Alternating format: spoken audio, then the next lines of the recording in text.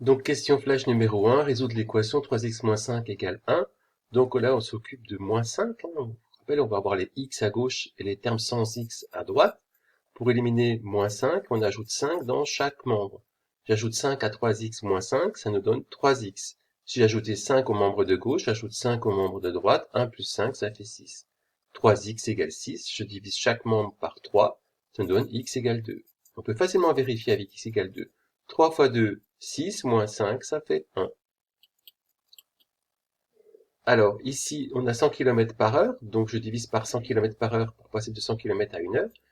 Ça donnera moins d'une heure. Je trouve 0,6 heures. 0,6 heures, ça fait 36 minutes, puisqu'on multiplie 0,6 par 60. 0,6 fois 60, ça fait 36. Donc là, il faut trouver un multiple commun à 9 et à 6 pour ajouter les fractions. Ça fait surtout pas 7 et 5, 12, 9 et 6, 15. C'est pas comme ça que ça se passe.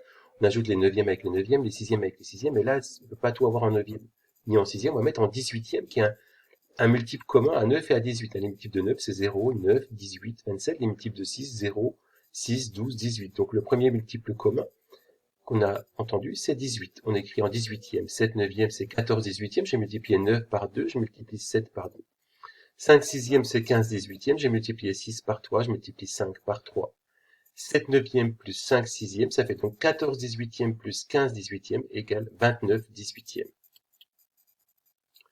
Alors, une surface a pour aire 18 cm² et on cherche la surface réduite à l'échelle 1 tiers.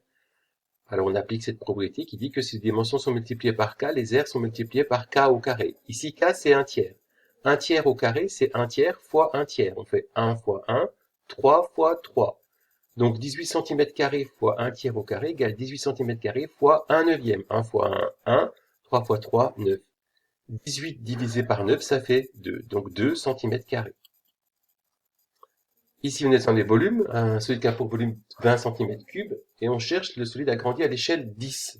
Et on veut le résultat en décimètres cubes. Alors la propriété, c'est que si les dimensions sont multipliées par 4, les volumes sont multipliés par k au cube. Je fais donc 20 cm3 fois 10 au cube, ce qui fait 20 cm3 fois 1000, ce qui fait 20 000 cm3. 10 fois 10 fois 10, 10 puissance 3. Et pour passer des centimètres cubes au décimètre cube, on divise par 1000. 20 000 divisé par 1000, ça fait 20, donc le résultat c'est 20 décimètres cubes. Ciao!